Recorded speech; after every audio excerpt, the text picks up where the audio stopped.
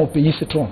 Dans un récent ouvrage interdit, il y a l'écrivain Charles Atebaye qui parle du règne du magico-anal, des sectes et tout. Est-ce que vous avez été victime de ça lorsque vous étiez au gouvernement? Je dois vous avouer que je n'ai pas encore eu le plaisir de lire cet ouvrage, probablement qui est apparu lors de mon absence.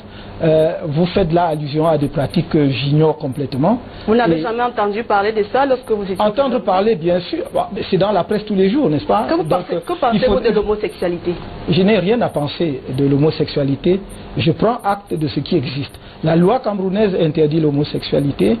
Il faut prendre acte que si c'est une pratique et il peut arriver que des Camerounais comme des citoyens d'autres pays du monde aient des tendances, je dirais, naturelles en eux, une certaine inclination vers certaines pratiques sexuelles, il faut les respecter. Mais je pense que ce qui crée la confusion au Cameroun aujourd'hui, c'est qu'il y a, je crois, comme une sorte de dérive où cette pratique qui peut être une inclination compréhensible par la société, qui probablement existait dans notre pays depuis mais qu'on ne connaissait pas, devient une modalité de conquête de position de pouvoir ou de ci ou cela. Et là, il y a un problème. C'est pour cela que le débat sur la question devient difficile, parce que si vous dites que vous êtes pour, on vous soupçonne de pratiquer ou d'être dans cette logique-là.